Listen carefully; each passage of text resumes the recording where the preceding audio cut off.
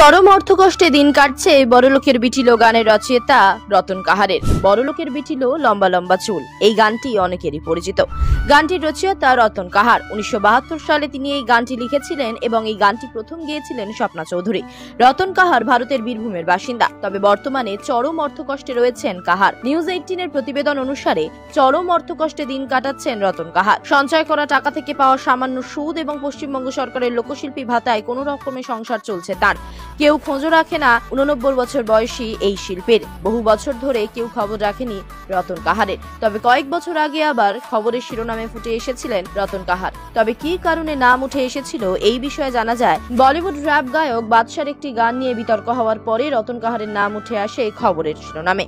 বাদশার বহুল হিট গেন্দা ফুল গানে এই বড়লোকের বেটিলো লম্বা লম্বা চুল গানটির 2 লাইন ব্যবহার করা হয়েছিল। তারপরেই সমালোচনার মুখে পড়েন এই গানটির রচয়িতাকে কোনো রকম কৃতিত্ব না দিয়েই নিজের গানে তার লেখা লাইন ব্যবহার করেছেন বলে। বহু বিতর্কের পর বাদশা জানান তিনি কোথাও এই গানের রচয়িতা হিসেবে রতন কাহারের নাম পাননি, জানতেনই না এই গানের মালিকানা কার। জানার পর তিনি অবশ্যই ওই শিল্পীকে প্রাপ্য সম্মান দিয়েছেন। যখন বাদশা পুরো বিষয়টি জানতে পারে সেই সময় করোনা পরিস্থিতি চলছিল। বাদশা চাইলেও বীরভূমে রতন কাহারের বাড়িতে আসতে পারেননি। এরপরে মুম্বাই থেকে ভিডিও কলে রতন কাহারের সঙ্গে কথা বলেন বাদশা।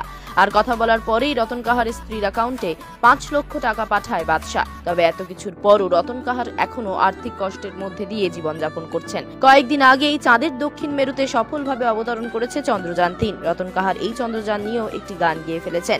সাম্প্রতিক সময় কাঁচা বাদাম গান গেয়ে বিশ্বজুড়ে নাম করেছেন ভুবন বাদ্যকার। এছাড়াও শিরোনামে উঠেছিলেন রানু মণ্ডল। কিন্তু যারা সত্যিকারের লোকশিল্পী গায়ক, যারা এখনকার সময়ের লাইক কমেন্টের ভিড়ে তেমন করে সামনে না এলেও দিনের পর দিন সমৃদ্ধ করেছেন বাংলার লোকগানের আঙিনাকে, তারা আড়ালেই রয়ে গেছেন, যাদের খোঁজ রাখেননি কেউ।